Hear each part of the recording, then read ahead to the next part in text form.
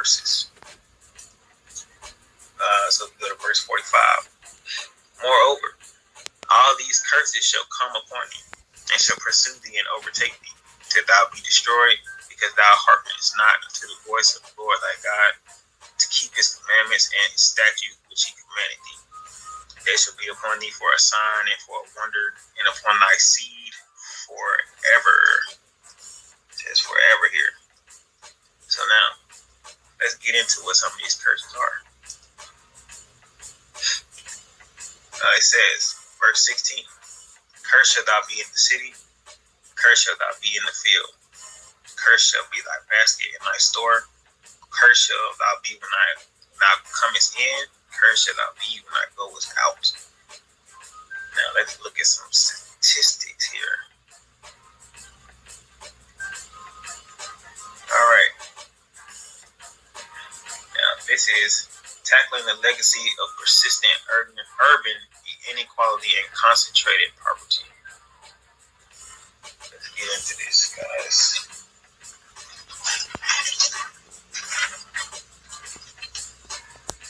Alright. Now, it says the death of George Floyd and Black Americans and the uneven impact of COVID-19 have highlighted deep-rooted concerns about racial and urban inequality and segregation in America, and the consequences of inequality for families living in persistent poverty. All right. Now let's go to being born here. That's where I'm starting at. Being born and raised in grinding, persistent poverty damages children's long-term outcomes. Moreover, when families live for long periods in such conditions, it is not only deleterious to the family, but the impact on the family differs significantly by race. As Sharkey notes, Black Americans are far more likely than whites to be stuck in place. He found that 2/3 of Black Americans brought up in the poorest neighborhoods remain in the poorest quarter of neighborhoods after a generation. Meanwhile, only 40% of whites brought up in the poorest neighborhoods remain there.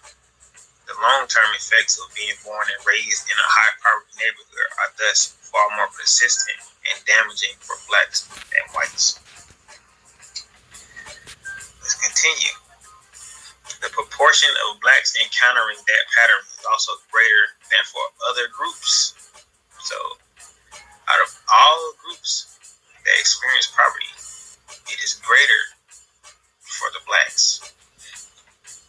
Right? Now, does that not sound like this curse is being brought on us from God? Let's continue. Today, 1 in 4 Black Americans are stuck in high poverty neighborhoods.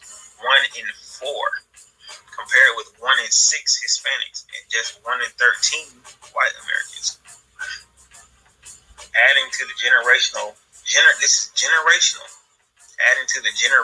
barriers facing young Black Americans, a 2018 study by Chetty finds that after controlling the parental income, Black boys have lower incomes in adulthood than white boys in 99% of the census tracts.